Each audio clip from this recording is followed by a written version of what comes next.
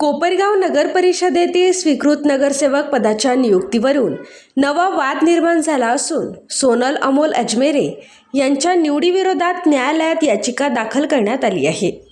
कोपरगावचे मतदार विजय अशोकराव नागरे यांनी ही याचिका दाखल केली आहे। या याचिकाकर्त्यांच्या मते नगरविकास विभागाच्या 2010च्या निकषानुसार स्वीकृत नगरसेवकासाठी काही विशिष्ट अर्हता नमूद आहेत। त्यानुसार संबंधित व्यक्ती ही डॉक्टर, निवृत्त प्राध्यापक, मुख्याध्यापक, लेखापाल, अभियंता, विधिज्ञ किंवा महानगरपालिका नगरपरिषद सेवानिवृत्त अधिकारी असावी। तसेच मुंबई सार्वजनिक विश्वस्त संस्था अधिनियम 1950 अंतर्गत नोंदणीकृत सामाजिक संस्थेच्या पदाधिकारी म्हणून किमान 5 वर्षांचा अनुभव असणे आवश्यक आहे। सोनल अमोल अजमेरे यांनी 6 अधिसूचना अर्हता धारण केल्याचा दावा करत नामनिर्देशन अर्ज दाखल केला होता। मात्र सदरची सामाजिक संस्था ही ग्रामीण भागात असल्याने ग्राह्य धरले जात नाही। याबाबत अधिक माहिती दिली आहे याचिकाकर्त्यांचे वकील ॲडव्होकेट मुन्ना सय्यद यांनी। तो कोपरगाव नगरपालिकेच्या स्वीकृत नगरसेवकांची जी नामनिर्देशन भरून ज्यांना निवड केलेली आहे त्याच्या बाबतीतले एक स्वीकृत नगरसेवक जे आहे ज्यांनी नामनिर्देशन भरलं ते म्हणजे सोनल अमोल अजमेरे। आता सर्वात महत्त्वाचं पाहणं आपल्याला अगोदर गरजेचं असेल ते म्हणजे स्वीकृत नगरसेवक कोण असावा। त्याचे नगरविकास विभागाचे जे आहे ते 2010 सालचे निकष आहेत, त्याला काही अर्हता दिलेल्या आहेत।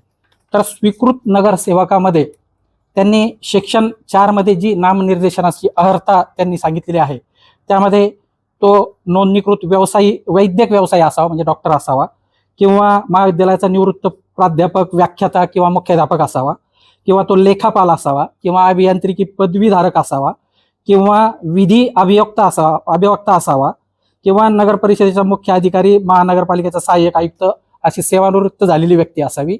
आणि शेवटची जी एक पात्रता आहे त्यामध्ये महानगरपालिका किंवा परिषद क्षेत्रात कार्यरत असणाऱ्या आणि समाज कल्याण कार्यामध्ये गुंतलेल्या मुंबई सार्वजनिक विश्वस्त संस्था अधिनियम 1950 खाली नोंदणीकृत समाजधिष्ठित अशासकीय संघटनेचा पदाधिकारी म्हणून 5 वर्षाचा अनुभव असलेली व्यक्ती असेल।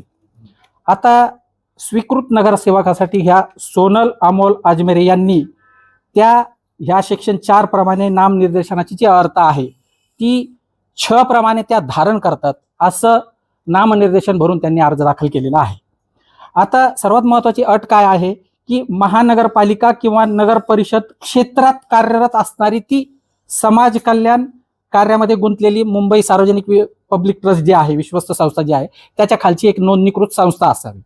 आता ती नोंदणीकृत संस्था त्यांनी जी आहे ती दाखवली आहे संजीवनी सांस्कृतिक मंडळ, सहजानंद नगर, शिंगणापूर।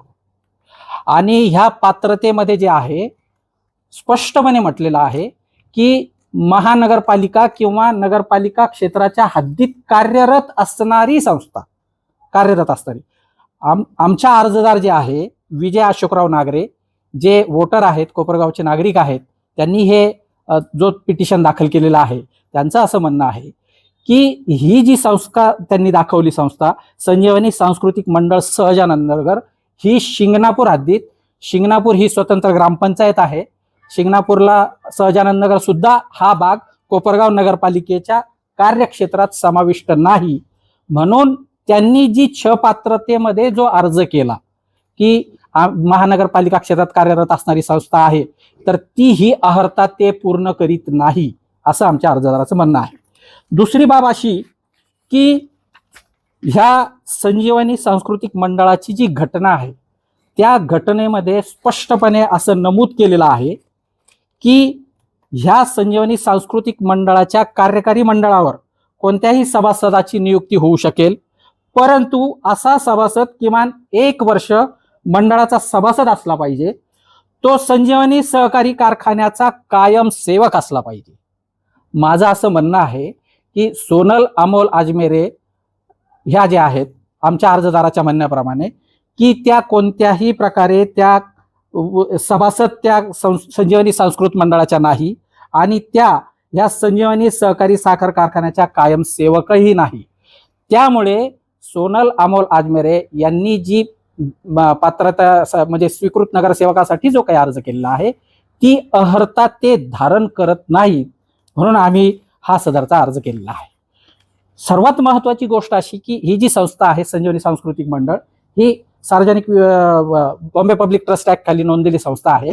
ज्या वेळेस एखादी नोंदलेली संस्था NGO विकास परिषद किंवा काही एखादी सामाजिक संस्था असेल त्यावेळेस तिचा जो काही कार्यभार असतो तो धर्मादाय आयुक्त मुंबई पब्लिक ट्रस्टच्या अंडर चालतो. ज्यावेळेस सभासद असेल किंवा घटना चेंज असेल किंवा ज्या काही बाबी असतील त्याचा चेंज रिपोर्ट करावा लागतो आणि चेंज रिपोर्ट केल्याशिवाय ते सभासदत्व किंवा जे काही पद असेल अध्यक्ष उपाध्यक्ष सेक्रेटरी जॉईंट सेक्रेटरी हे पद तो धारण करत नाही जोपर्यंत तो चेंज रिपोर्ट देत नाही. आमच्या अर्जदाराने ह्या संजीवनी सांस्कृतिक मंडळाचं जे आहे चेंज रिपोर्टसाठी धर्मादाय आयुक्ताकडे जे आहे आम्ही संपर्क केला, तिथे आम्ही नकलेचे अर्ज दिले आणि तेथून कागदपत्राच्या माहितीच्या आधारे 2017 नंतर कोणताही चेंज रिपोर्ट केलेला नाही. त्यामुळे आमचं असं म्हणणं आहे की सोनल अमोल अजमेरे ही जी कायद्यामध्ये 6 नुसार पात्रता किंवा अर्हता सांगितलेली आहे त्या धारण करत नाही आणि म्हणून त्यांची जी स्वीकृत नगरसेवकपदी निवड झालेली आहे ती ही 6 पात्रता ते धारण करीत नसल्याने त्या या पदासाठी अनर्ह आहेत, म्हणजे त्या या पदावर ते राहू शकत नाही. सर्वात महत्त्वाचं म्हणजे त्यांनी की मी ह्या संस्थेमध्ये जॉईंट सेक्रेटरी आहे किंवा असे ॲफिडेव्हिट त्यांनी दाखल केलेली आहे आणि मी ती 6 पात्रता धारण करते, म्हणजे 6 पात्रता धारण करते म्हणजे त्या सोसायटीचे सभासद आहेत किंवा ती घटनेप्रमाणे ती कोपरगाव शहरात कार्यरत म्हणजे त्यांचं काम कोपरगाव शहरात आहे, अशा प्रकारचे जे ॲफिडेव्हिटमध्ये 6 पात्रता धारण केल्याचं जे काही नमूद केलेलं आहे असं खोटं प्रतिज्ञापत्र त्यांनी दाखल केलेलं आहे. आणि ह्या खोट्या प्रतिज्ञापत्राच्या आधारे सुद्धा आमचे अर्जदार अशील जे आहे हे विजय अशोकराव नागरे हे कारवाई करणार आहेत. म्हणजेच प्रथमदर्शनी ह्या सर्व कागदपत्राचं अवलोकन करता आणि ह्या सर्व बाबी पाहता सोनल अमोल अजमेरे ह्या स्वीकृत नगरसेवकासाठीची ही पात्रता धारण करत नाही, म्हणून आम्ही ते न्यायालयात पिटिशन दाखल केलेलं आहे.